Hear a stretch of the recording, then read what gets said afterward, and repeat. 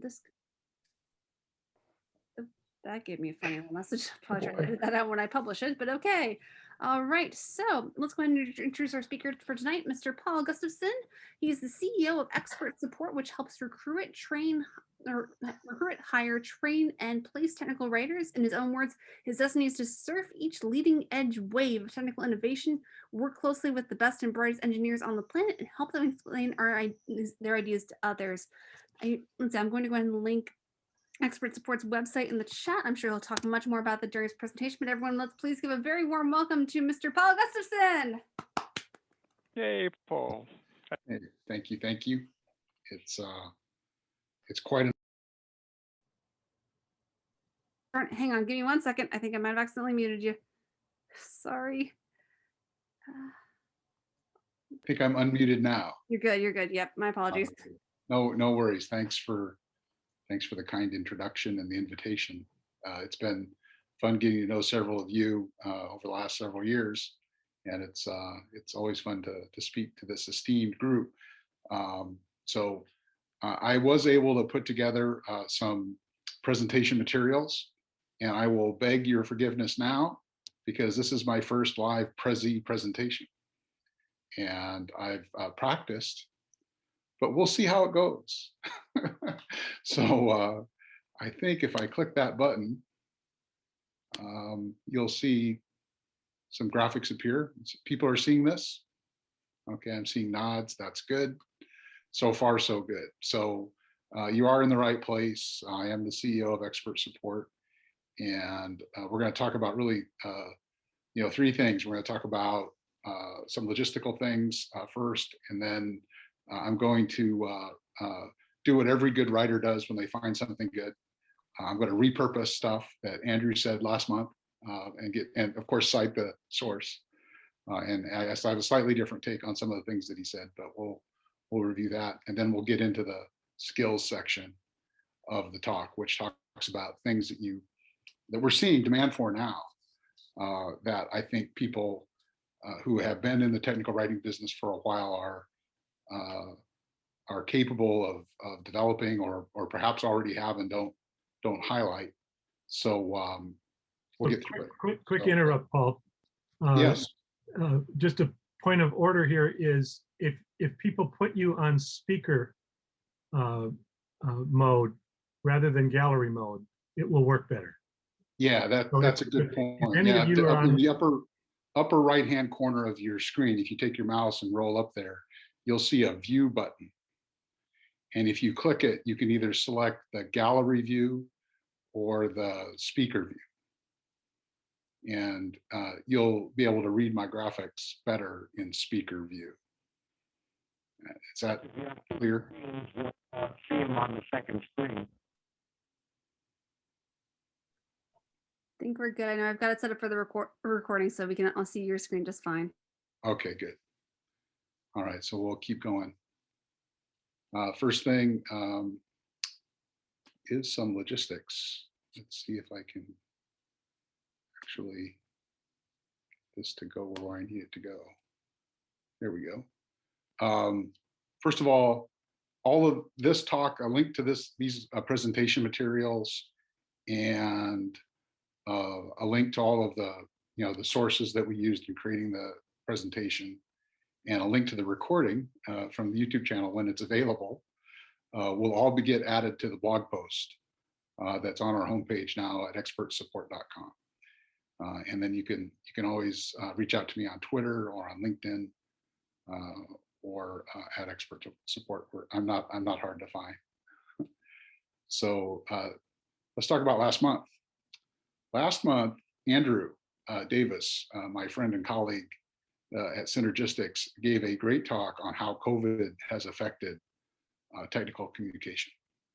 And he actually presented a bunch of good ideas that I wanted to just remind people of. The COVID has taught people how to work remote.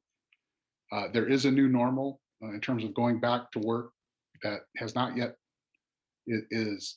defined. It may be in person, it may be remote, it may be a combination. I think it's going to be a while until we sort out exactly how that's going to work out. not just for companies, but for people too. And global competition that is enabled by remote work is driving down rates. That is going to continue. And there is a growing perception that engineered writing, that's what I call, documentation and explanations that engineers write, is engineered writing, is good enough. And all of that combined with increasing cost of living in San Francisco Bay Area can paint a gloomy picture. But the thing that I would remind everyone is that right now, at this moment in time, all of us who are in this business are susceptible to something at Expert Support we call emotional amplification. I'm just going to zoom in on this so you can actually see it. This is a blog post we wrote a while ago. And the first column represents what I would call a normal person who gets a standard set of, a standard amount of social interaction. And the fact is that programmers and technical writers have a profession that requires them to work alone an awful lot of the time. And as a result, that suppresses the amount of social interaction that they get and interacting with other people, especially in person, especially during a pandemic. And as a result, we all tend to get either overexcited or over depressed most recently about the interaction that we do get. And it can distort our thinking about things. And I worked with a guy at a startup years ago that we had one good meeting with a client, and he was there to help explain the part of the code that he was working on. And a couple of days later, he was borrowing against his home to buy additional shares so he could participate in the next round of financing for a very early stage startup. He wound up losing his house and losing his cash when the startup didn't work out. That was irrational, but he got a little bit of interaction. He got too excited. He overreacted, and it cost them. It can also happen in the other way, where you have one bad meeting, or you missed another person in a different context wound up quitting a really good job because his engineering team missed a ship date, and he got so upset about it that he just had to resign. And a rational person would look at that and say, look, these schedules usually only go in one direction.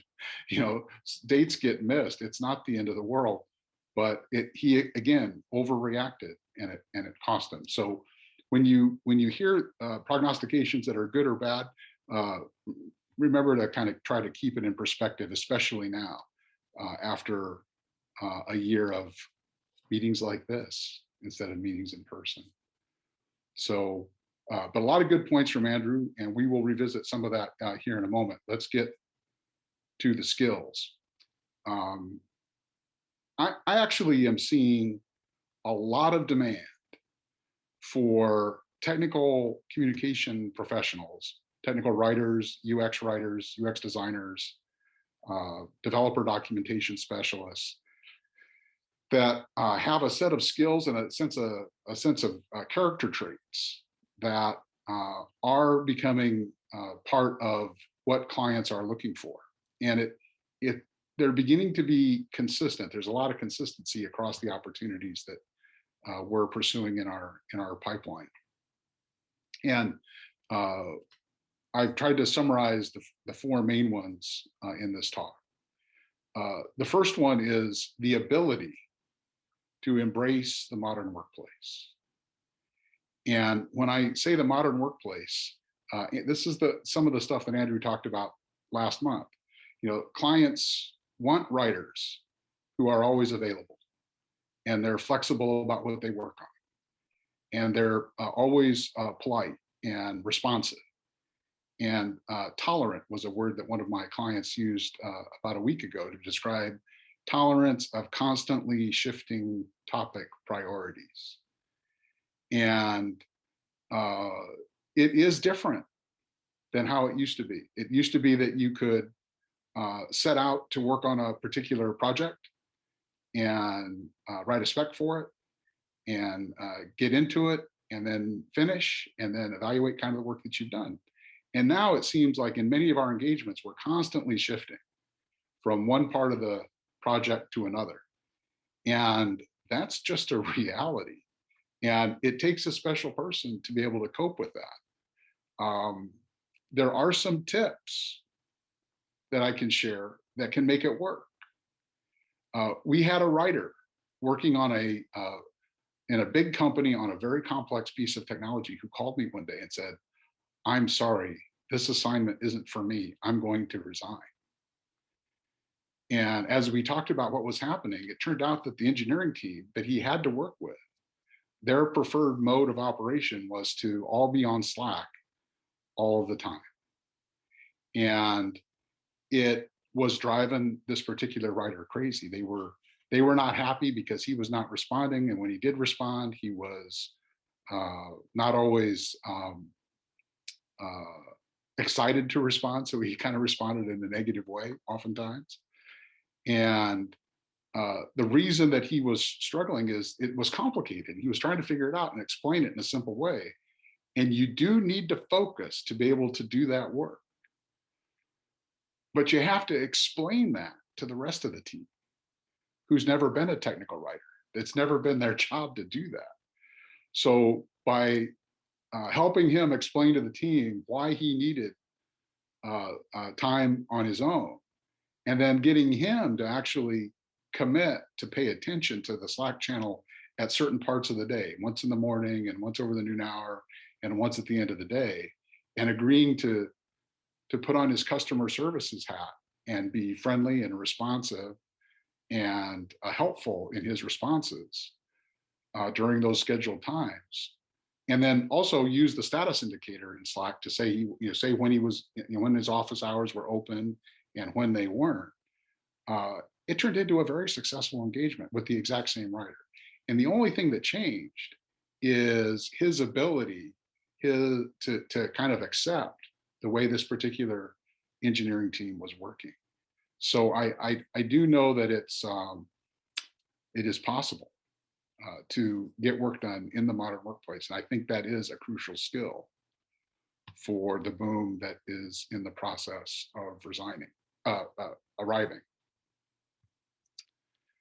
Another skill, if you will, is the ability to align the work that you do with the business impact that it has, right?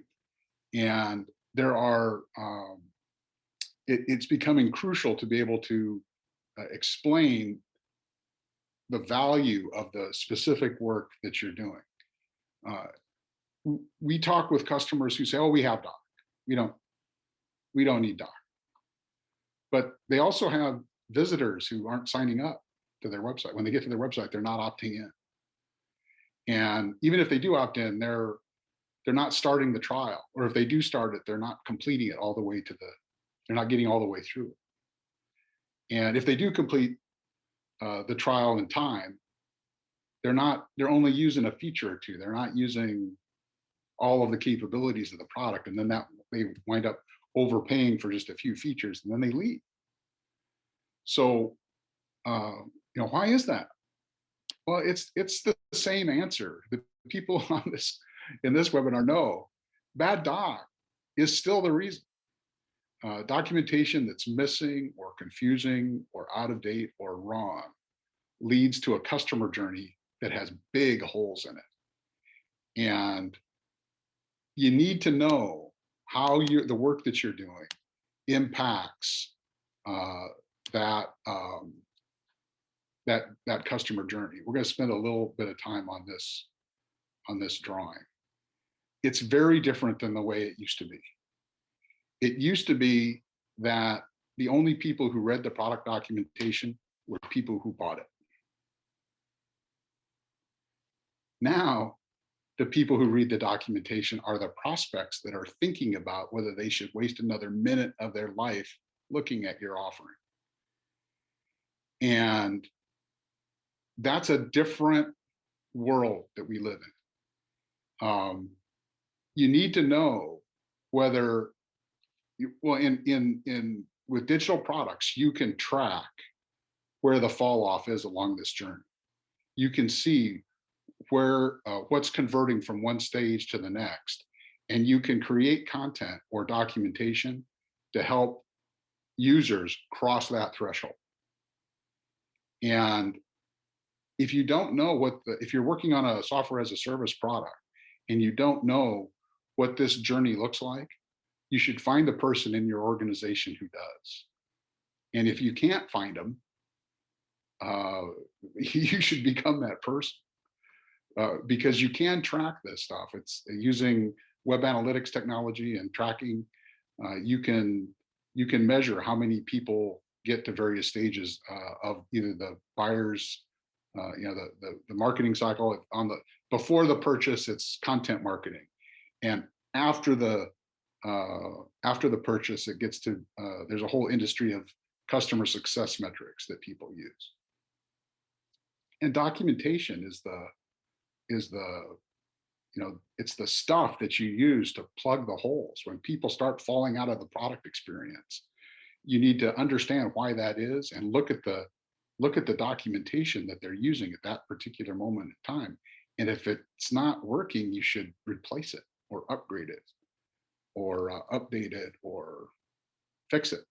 Make sure it exists first, right? Oftentimes it's missing.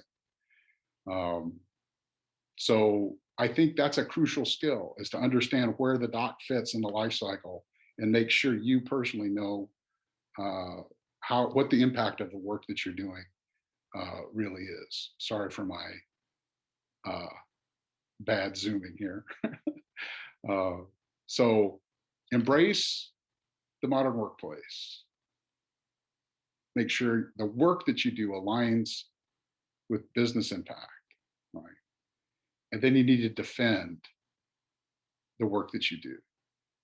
And this, I think, as an industry, we do poorly. We tend to talk about woe is me. And it's a self-fulfilling prophecy. And the fact of the matter is the work that technical writers do is extraordinarily useful, delivers a lot of benefits, and they're really the only people in the organization who can do it. So you have to explain the struggle. You have to explain the context gap that engineers have. Remember, they've never done your job, right? Oops, sorry, let me get to that. I want you to see this. This context gap is how expert support explains the challenge that we solve. What happens is engineers, when they invent cool new things, they travel what we call the ascent to invention. And what that does is it elevates their understanding of a particular landscape, right? And they get to that level and they look back over where they've been and it looks simple to them. They don't remember all the non-starts and rework and all that stuff. And they have a blind spot when it comes to their own understanding of how complex that landscape truly is. But users of their technology, either whether it's an end user or a developer trying to use an API or a systems administrator trying to install or configure a solution, whatever it is, they haven't traveled that same path, nor would you want them to. But the role of documentation is to bridge that context gap that exists between the product team that builds the product and the poor users who are actually trying to use it.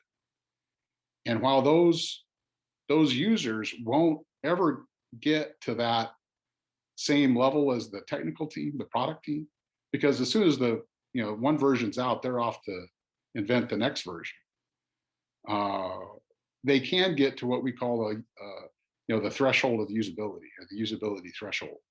And getting a user to that point is crucial. If they can't figure it out enough to be able to use it to accomplish what they're trying to accomplish, then your product is gonna fail. You're not gonna have customers succeed with your product, right?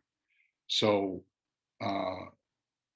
because the product team has a blind spot because of how they've traveled, The only people that can actually explain that problem and who actually solve that problem are the technical writers on the team. So I think understanding that you have to defend the work that you do is part of it. Part of it's the context gap. The other one is know the benefits. And there is a white paper up on the expert support website called "The Tangible Benefits of Technical Communication Excellence," because it's not enough to do the work. You actually have it actually has to be great, right? It has to work, and you can't fake it. This work has to carry the water of imparting understanding to the audience, or they're not going to succeed with product. And this white paper, it lists out benefits that I think you're probably familiar with in terms of reducing support costs and other traditional savings. But there are other benefits that are just as valuable as that I think part of the challenge that technical writers have is they assume other people, we kind of face our own context gap, right? We assume other people understand what we know. And oftentimes they don't. And so it's incumbent on us as writers to help them understand the tangible impact that this work has. Right? And so 2 tips for defending it. One is explain why they can't do it and the problem that they have, and then explain the broader impact of the work, and be comfortable doing that, because I think in the modern world we all have to defend our existence, because there's always another team or another product or another company that has an alternative set of priorities that may not line up with our work. So the ability to defend the work that you do is key. Sorry. And my last skill is the ability to manage and solve the challenges of scale. And it is a problem that every technology company eventually hits, where there's just too much information to manage, right?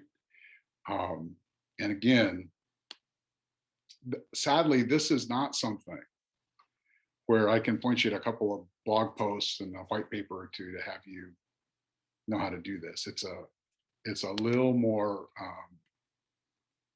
complex than that. But I'm going to point you to a blog article anyway. We do have a blog post, and again, a list of all these resources will be on the blog post.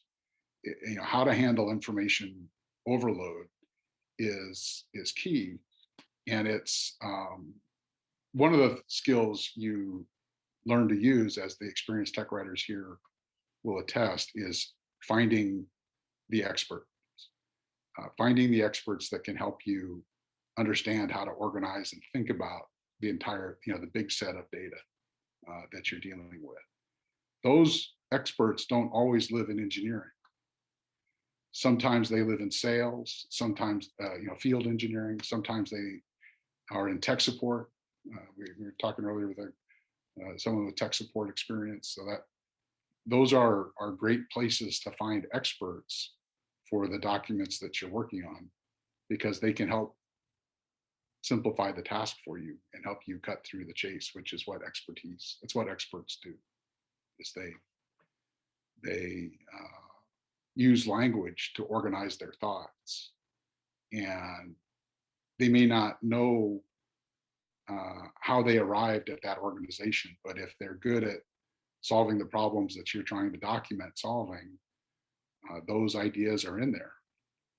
And it turns out that there was a field of computer science called knowledge engineering many years ago. That's where I first met Denny. We worked at an AI company back in the 80s in Palo Alto, and built tools for expert systems. And a big chunk of that methodology involved finding a human expert that could solve the problem well, and then interviewing that person and trying to represent in software the mental model that they had to solve problems. And it turns out that a lot of the techniques for extracting that information out of an expert's head is exactly, is what's required for designing a documentation suite that can solve a bunch of problems, right? So there are some skills and techniques there in knowledge engineering that I think are useful for this kind of work. There's a whole field of information architecture, and knowledge management is another phrase that I could put on this little bubble. In terms of understanding, the theory of knowledge, the different kinds of knowledge that exist, how ontologies work. I mean, there's a bunch of deep informational knowledge about how information works that can inform your ability to manage very large problem sets that are not just big but complicated. And there are also a couple of personality traits that you can cultivate. One of them at expert support that we've given a name is intellectual ambition. And that goes beyond curiosity. Intellectual ambition means you're the kind of person that when they go to understand something, they really want to understand it, right?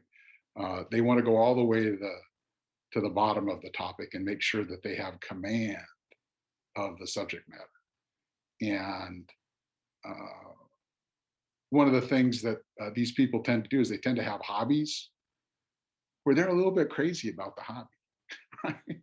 Where they become we had one of our best writers that became a guitar maker. Started building his own guitars. Another person on our team used to gather animal hair from farms and then actually spin her own wool for the things that she used to weave on a loom that she got. And I mean, it's just that kind of ambition. Other people are chefs. They get into a particular cuisine, and like one of the things that's running around expert support earlier this year was sourdough bread. A couple of people went to a class on how to make a good sourdough, and it turned into a thing for many of the people on the team, which was, I think, entertaining. And then the other personality trait to cultivate, it's not enough to be ambitious. You have to believe in yourself. You have to have a little swag. And as Aaron Redshaw said in his talk a couple of months ago, you have to be comfortable with your confusion and know that no matter how complicated it is, it's not too complicated for you. You are going to figure it out. And just having that confidence about figuring it out is a real, oftentimes it is all the difference, right? Because if you believe you're going to figure it out, you're not gonna quit until you do, and you're gonna do the homework. You're gonna cover the ground, and that kind of tenacity is a great confidence leads to tenacity on that front, and that helps foster excellence when you go to get your mind around it. And as you're studying these complex topics, as your own understanding becomes complete, you're going to be able to explain them. Because you're a writer, you're using words. The cognitive scientists have proven that the way people think about topics is they use words. That's the structure in your brain that is representing your thoughts is a bunch of words that are wired together. And so as you're able to understand it, because your brain works the way it does, you'll be able to explain it in ways that are simple. And that simplifying complexity is key to handling the information overload problem, right? So that is my overview of scale. So to review the skills, embrace the modern workplace. Don't fight Slack. Slack is your friend. 2 is align the work that you do with business impact. And if you don't understand that, how the work that you're doing makes a difference, go figure that out and make sure that you can also explain that to other people because it's important. And then defend your work, defend the work that you do, and defend the impact that it has on the business in tangible ways. And then don't be afraid to solve problems of scale, because just because something's big and complicated doesn't mean you can't do it. And you have to have the abilities, and that there are some skills there, but you also have to have the right attitude and the confidence to get it done. And that kind of covers the ground in terms of the professional workplace that I wanted to cover. But there's more. It turns out that the skills that you need to be a great technical writer, a great technical communicator in the modern workplace have meaning that goes well far beyond just the workplace. Right? And I blogged about this when I first joined expert support. It's actually one of the reasons I joined. If you take a step back from the day-to-day work that you do and look at the world around you, you will see a world that is getting more complicated every day. It's getting more and more complicated.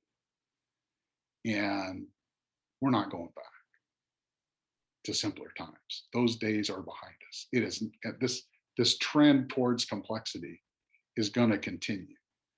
And not only are the challenges we face complicated, the solutions to those problems are also complicated, right? And they require, oftentimes, even if we have a solution, the latest example is the vaccines. We have vaccines that work. People aren't getting them because they don't get it. And then once they do get it, they almost always get a vaccine. And we're seeing, while the pace of vaccines are slowing, the efforts to educate people about the benefits of vaccines and why they work and why you should get one continue to work. And because once people understand, they almost always do the right thing. One of the stories that the article talks about is the hole in the ozone layer. When I was a little kid, I mean, by the time I was my age now, the forecast was that I would be probably living in a hole in the ground, or I'd be wearing long sleeve shirts every time I went outside, or in a hat, right, to avoid skin cancer, because the forecast was that the ozone layer in the atmosphere was eroding so fast that they weren't going to be able to fix it, and we were going to have deadly radiation hitting most of the planet most of the time, and that didn't happen. And if you think about how complicated that problem is, it's pretty complicated, right? We're talking about organic chemistry at the upper levels of the atmosphere, and radiation coming from the sun causing a biological disease on your skin. I mean, there's a lot of science going on there. But we were able to reduce that to, oh, wait, if I don't use hairspray that comes out of a sprayer, if I use a pump hairspray instead of a aerosol one, that'll help. I could do that. Or maybe I use a stick deodorant, or maybe I got to put a different fluid in my air conditioner. Or, millions of decisions, tens of millions of decisions were made by, probably hundreds of millions of people. And all of a sudden we reduce the chlorofluorocarbons going to the atmosphere, and the ozone hole is starting to repair itself now because of all those little decisions. So those explanations that we have for simplifying complexity are crucial, and they're getting more crucial as we kind of step into the future, right? So those explanations are on us, right? We have to be the ones. We're the ones that understand technology. We're the ones that know how to explain it. We're the ones that have to jump in and help other people understand, what they need to know so that they can do the right thing. Now, my favorite example of this most lately is this little video. It's a TED Talk by John Marshall. And John is a PR guy and a technical communication expert whose job it is he helps people talk about climate change. And he suggests in the TED Talk, which again will be on the list of links, that we quit talking about climate change and we start talking about the pollution blanket. Because we've all had, we have a pollution blanket that's wrapping the earth and it's making us too hot. And that's bad, not because of, we're not, not a Celsius degree problem, or it's not a sea level rise issue, which you may not be able to experience yourself by looking at the beach where you hang out today. He talks about it as causing bad weather. When you have bad weather with floods and tornadoes and hurricanes, those are things that people understand and they can see it on the news. And they say, well, we don't want to have more bad weather, right? You don't want your kids and your grandkids to be living on a planet with a lot of bad weather. So we have to, quit making the pollution blanket so that Earth can cool off. All of a sudden, that puts the problem in terms that you can understand, and it can tie it to something that you care deeply about, which is your family. And those are good rules, regardless of what the challenges that we're facing and how we should talk about it. So with that, that's the end of my formal presentation. And I put it together to hopefully stimulate some discussion. And I thought I'd reserve the rest of the time to, we can go back to any of the points that I made or talk more about wherever you want to take it. But thanks for letting me push through the formal piece and test out Prezi and Prezi video. It seemed like it worked. It was incredibly interesting to see. I'm curious, Paul, how did you manage to do that? Like, I've never seen that kind of thing before. Yeah, no, it was, it's a tool called Prezi Next. It's a kind of a next generation PowerPoint tool. And it can import a PowerPoint or a Keynote file. I actually created the talk using the tool and one of the templates that they had. And then once you've authored the content, you can use a different tool that they call Prezi Video, and you can import the presentation file into Prezi Video. And then when I joined this meeting, I joined it from within Prezi Video. So it's a different client application instead of the Zoom client. To join a Zoom meeting, it kind of wraps itself around Zoom. And it's just a tool. So hopefully you found it fun. And I apologize for all of the back and forth. You can get a little dizzy. There's with all that moving around, it can be a little overwhelming. But it is different, and it is hopefully something that I think we'll see more of. Right. And how big was the learning curve? Steep. It was steep. I actually tried to build the talk, as you know, Denny. I tried to build it in the tool out of the gate. and I wasted a day. And I went back and outlined my thoughts, and I kind of did a very detailed outline in Evernote. And then I knew how many points I had, kind of how to organize it. And then once I had that, I was able to go back and pick a template that looked like it might work. That's what you see.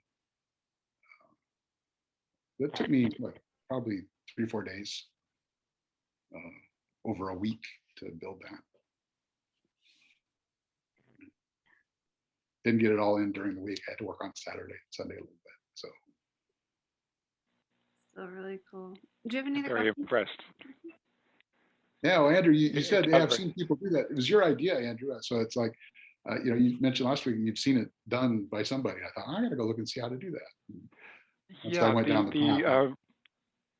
Early Write the Docs meetings when they were still in San Francisco, a few people demoed Prezi and its twins, and even an open source version of it. I was, and you put it to good use. I have a question about the market that we both serve, which tends to be software development companies in different levels of chaos and desperation. Are you seeing a preference for local talent still, or are you seeing that they are willing to hire anywhere on the planet or anywhere in the country with equal alacrity? It's a great question. And they say they want local. They say it because they think they'll go back to work. Right. But for a strong candidate, it doesn't matter. Right. And it's, go ahead, Richard. I'm sorry, I didn't hear what you said, Richard. Didn't we go through this in the 90s when they built all that fiber to India, and then they started having people work over there instead of here? And didn't that kind of fall through? You're talking to someone that spent several years trying to make a partnership with a company based in Delhi work, and I broke my pick on that rock. And it's interesting. I think we are seeing competition for what I would call kind of routine technical writing from overseas. And that is having a downward pressure on rates, where the focus is really not on quality, it's on volume. And volume is a problem because of the scale issue, right? But I think the bigger threat for that kind of writing will be automation. There are AI tools that are beginning to emerge that can begin to fill in the blanks in a defined template in a reasonable way. And machine learning is going to make that better and better over time. But that's different. I mean, even the most sophisticated machine learning systems can't tell you how they got to the answer. They can only say, oh, I looked at this and here's the answer. And there's a big magic box in between, which is a black box. There is no intermediate representation that can be articulated. And documentation is a problem like that, especially at scale. You have to be able to figure out what's the right model to use. What are the big ideas and how do they relate? And how many nodes in that tree are there? And how do they connect? And how are all the ways, different kinds of ways that they can connect, right? That requires think work, right? And I think we're a ways away from having machines that are good at that. And I know that the number of people that have learned how to be good at that, we don't have enough of those people, right? And I know that for a fact. In fact, that's one of the reasons why we're on our site. You can read about a training program that we're in the process of creating, because right now the way you get to be good at it is you get a job as a tech writer and you try to have a mentor that's been that knows the ropes, and you try to learn as much as you can, and you work for many years, and eventually you kind of get a sense for how to go about it. And that ramp time is too long. We have to make that easier for more people to get into this work, not just for the industry's sake, but for for our world, right? For the way there's a lot of problems where we're going to need really good people to help simplify complex ideas, right? That is a fruitful place to focus, right? One of the skills that I almost added was this notion of being, Danny likes to say the most important skill is the ability to make and keep commitments. And it applies to everything. And when you can't do that, or if you struggle to do that, then you wind up causing problems. And you miss meetings, you forget how to log into the VPN, you forget the way you were supposed to do a certain thing, and you keep making the same mistake over and over again. Those kinds of errors consume what we call management attention units, MAUs. Mm-hmm. And people who have high MAU thresholds, or that you kind of go through life. There's two kinds of people, right? There's the kind of person that will cross the lake in be like a canoe and not hardly cause a ripple. And then there are paddle boats that can still get you across the lake, but man, there's a lot of commotion, right? And you want to be a canoe, right? You want to be a canoe. And part of that is attitude, but part of it is just, being on top of your responsibilities and doing what you said you would do the way, and remembering things, right? Remembering when they ask you to do something a certain way, saying okay, and then getting that done that way, and not forgetting to do it the next time. Right? On that point you were making about the AI stuff, I remember back in the early 80s when desktop publishing came in, and everybody thought, oh gosh, this is just, this is going to do a lot of the stuff that we spend a lot of time doing, and it's going to, but what happened was we just started doing higher level stuff. And we just took that for granted and used it, and started doing higher level stuff. And I think that may be what happens with AI and this automation of routine, right? If you can automate routine writing, that's fine. Then just do the next thing up. Use the tools.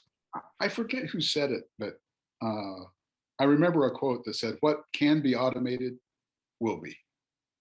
Right, and I think that'll prove out. I think our tools will get better. The other thing I would say about tools, though, is tools don't always get better. In fact, right now, I think we're going the wrong direction. I mean, you were in the desktop publishing era, so was I. Mm-hmm. You remember a phrase called WYSIWYG? Yeah, of course. What you see is what you get. We have lost that in the developer documentation world. That's true. Although you can be writing in Markdown or something and have a window rendering it. Yeah. But I want to be. If you're talking about change, what you see is what you get. The tools market, it's gone back to. It's more like SGML now than it's been in years. Yeah, or what is it, TRAW? Well, yeah. I mean, DITA is pushes you in that direction. Yeah. No, it's true, and I think that is a. I think it's just a phase. I think it'll the kind of the more visual editing and the visual fidelity, and the things that will drive that will be the UX designers and the UX writers for those tools. Will make them. You won't have two windows. You'll eventually the software will be smart enough that you'll be able to edit what you see, and the markdown will get generated off the back end instead of the other way around. Hope so. But we're not there yet. Something kind of simple. Oh, sorry. was going to say something simple on the concept of like automation, automated documentation, and this kind of thing. Like, if at some point an automation was so sophisticated it could create documentation at a high level, logically it would make it so that we would be able to use any technology trivially, really easily, Star Trekian. Oh, I want to create a hologram, so I just tell you, hey, give me a replica of this famous person and simulate their personality for me to interact with. And it's like, probably it's really dubious that things would ever get to that point, but to highlight on Richard's thing is his point is that like there's always going to be something more, because there's going to be something you can create with the tools that are there. Yeah, we tend to we tend to work on higher value things. Once you've automated one thing, it elevates your understanding. We are on our own ascent to invention, all of us, right? So as I saw an article. It's been a while ago, but it was an article talking about how generations that get smarter and smarter, right? So as a class, my generation was smarter on IQ tests than my parents' generation, but they were smarter than their parents. And my kids are smarter than me, and my grandkids are smarter than them, right? So, and they attribute that to the advance in information tools, right? As information, as our tools for consuming information and expressing ourselves with those tools improve, it raises our cognitive abilities. So there's hope.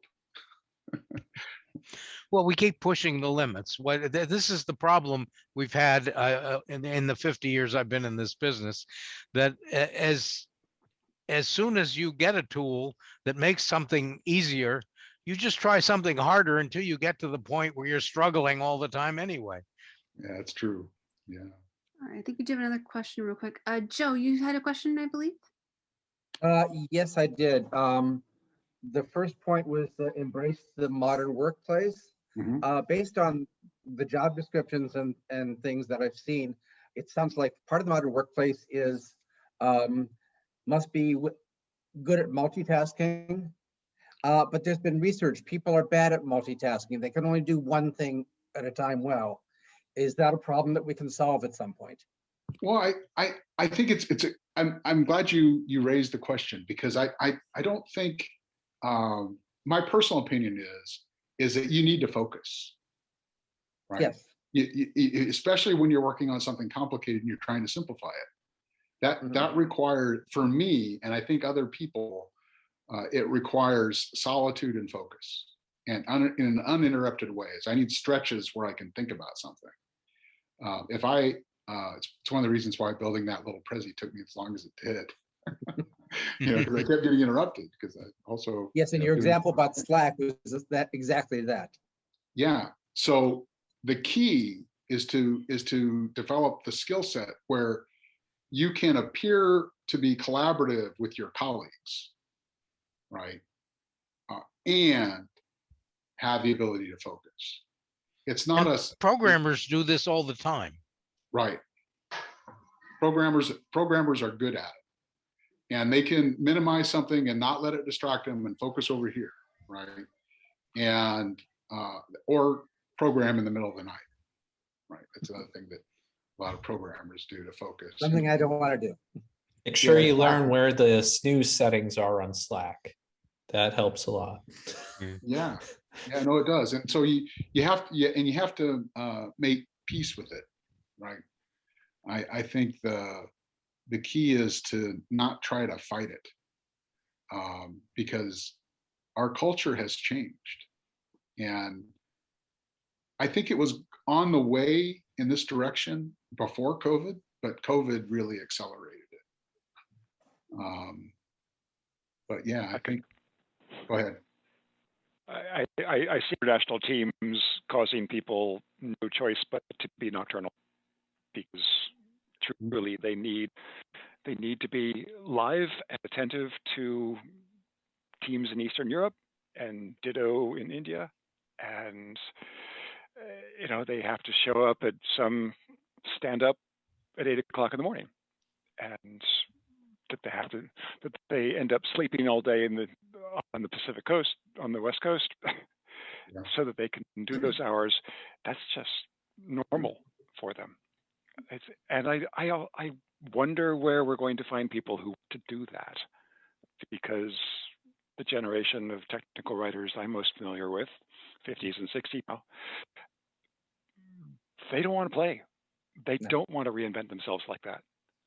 Yeah, no, I agree with that. And it's, again, I think the key is just explaining, helping the team understand and communicating about the context is often overlooked, right? So in the story that I told you, the writer was getting more and more frustrated working with this team, but he hadn't talked to him about what the problem was.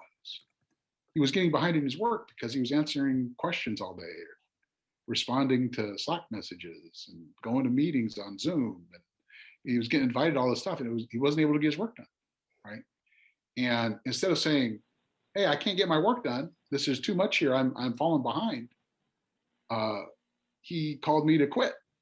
That was how he decided to manage the problem. I think probably because of the emotional amplification challenge that he was facing at the time. But once we talked about it, and he was able to articulate the frustration and kind of set some boundaries for what expectations could he live with. It wasn't an all or nothing, as he was assuming. He was able to put some boundaries in place that were sufficient for getting him on the team, but still allowed him to focus during a normal day. And it solved it. And Denny, you're familiar with the thing I'm talking about. Is there anything you would add to that? No, I don't have anything to add, but August has had his hand up for a while too. I was about to call Okay, attention good, to that, actually. Yes. Go ahead, August. Yeah, those hands are subtle. Yeah, I missed it. Sorry. Where did August go? Oh, he took his hand down and he moved back into the middle of the screen. Yeah, now we can't hear you. Somehow you got put on mute. Are you mute, August? There we go. That's better. There. All right, yeah, now we can hear you. Okay. All right. Yeah, it was a thought that came to me while talking about the evolution of technology and how people relate to their tools in particular. Many years ago, I was trying to hire some help for myself as a technical writer. And one of the things I asked for in the shop that I was in, they wanted the work done in Microsoft Word. And it was like, that was entrenched. I wasn't going to change that. So I asked people to submit their resumes in Microsoft Word, not just as a PDF. And so I opened up the Word file and I looked under the hood to see how they worked with Word in their actual resumes. And I was looking for somebody who defined styles to simplify their job. And there was one person who on paper, just by the text of the resume, might have been a really good candidate. But when I went into Word and displayed what the style was, everything in the entire resume from top to bottom was in normal style with manual overrides on everything. And it was like, they are, to me, they are not thinking the way I want somebody to think. So being able to look under the hood of how they were solving the problem of writing their own resume gave me a clue to whether or not they were going to be able to be an effective member of that team. Mm-hmm. And I think that sort of relates to the point that that Richard was making, that we're looking for people who push the tools, who take advantage of what we can in order to put that stuff aside and then work with the more complex stuff that we haven't figured out how to automate yet. Yeah, no, I think those are good comments. Right? Those are good comments. And if you're looking for someone to write in a structured environment. I would add that. If you're looking for a creative writer and it all shows up perfect, it's probably not the right person.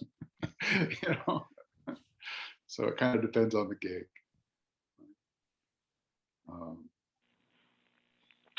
So Paul, I'm interested in, if I might, I'm interested in more comments on solving problems at scale. Are you speaking about developing expertise for creating functional, enormous doc sets, or being able to advise management about what belongs where, like an architect?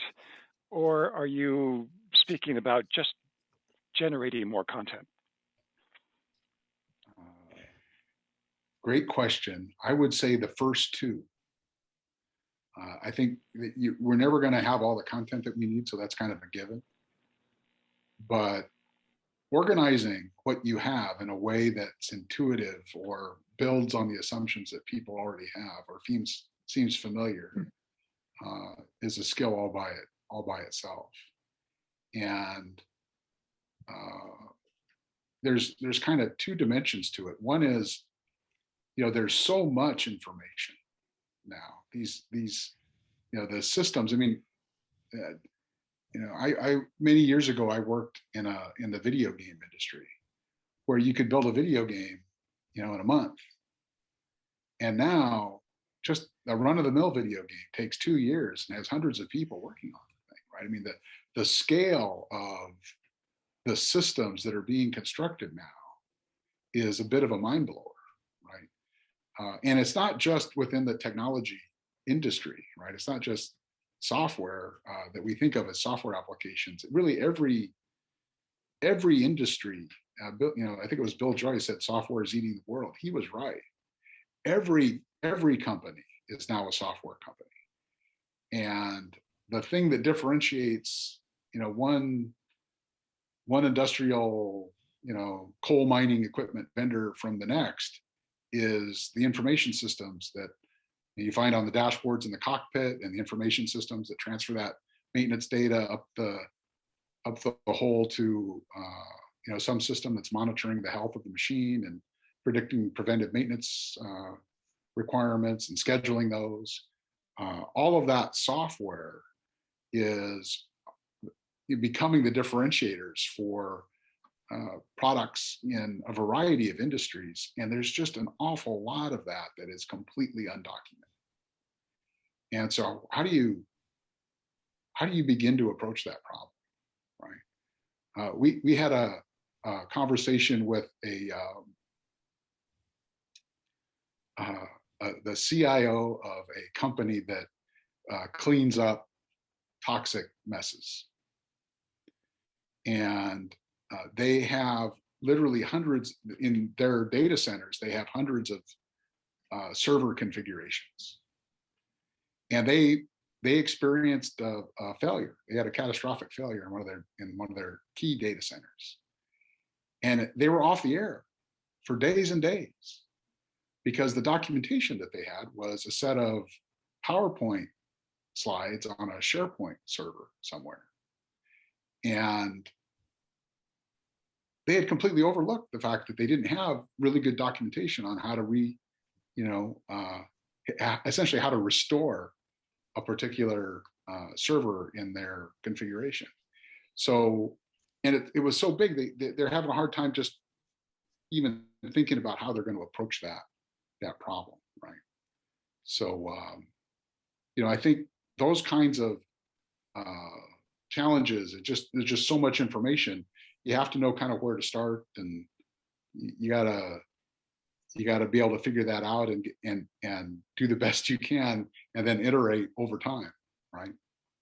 And there are some ways to judge how much effort that's going to take that the people that have done it for years and years can do just without really thinking about it too much, and the people with less experience really struggle. Right? So there are two main points there, right? There's prioritization, trying to decide what you can get away with not saying, and there's architecture, how to organize it so that you can find it and use it, and expand it when you need to. That's exactly right. But Richard, you've been at this a while. And Yeah, that those looks, are the ins and outs, that huh? looks obvious to you, right? You know, Yeah. All right. Do you have any other questions for Paul?